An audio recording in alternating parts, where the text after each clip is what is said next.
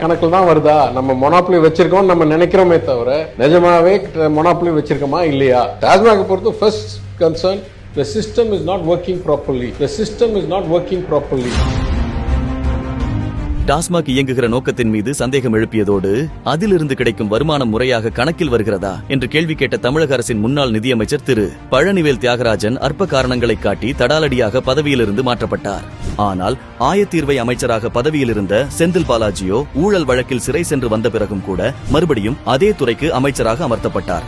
மேலும் தமிழக அரசின் டாஸ்மாகில் ஒரு பாட்டிலுக்கு 10 ரூபாய்க்கும் அதிகமான கட்டணம் வசூலிக்கப்படுகிறது என்ற பகிரங்க குற்றச்சாட்டும் தீவிரமாக முன்வைக்கப்பட்டது. இந்த பிராண்ட் வந்து 140 ரூபா, எங்க வேணாலும் கம்ப்ளைண்ட் கொடுத்துக்கலாம்.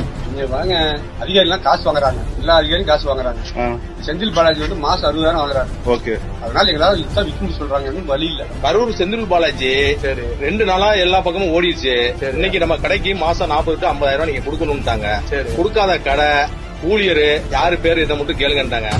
ஆனால் திமுகவினால் தியாகி பட்டம் வழங்கப்பட்ட ஜாமீன் அமைச்சரோ அப்படி எதுவும் நடக்கவே இல்லை என்று மக்களோடு மல்லு கட்டினார்.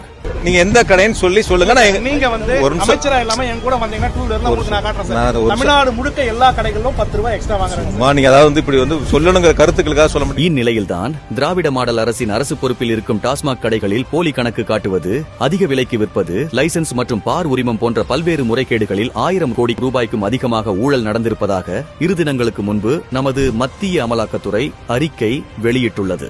ஆக தங்கள் கோபாலபுர குடும்பம் வசதியாக கொள்ளையடிக்க தங்களுக்கு தோதான ஒரு அல்லக்கையை ஆயத்தீர்வைத்துறை அமைச்சராக அமர்த்தி அழகு பார்த்துள்ளது திராவிட மாடல் அரசு என்பது கூட்டிக் கழித்து பார்த்தால் சரியாகத்தான் இருக்கிறது. இந்த மாபெரும் கூட்டுக் கொள்ளையை மக்கள் முன்னால் அம்பலப்படுத்தியே தீருவோம்.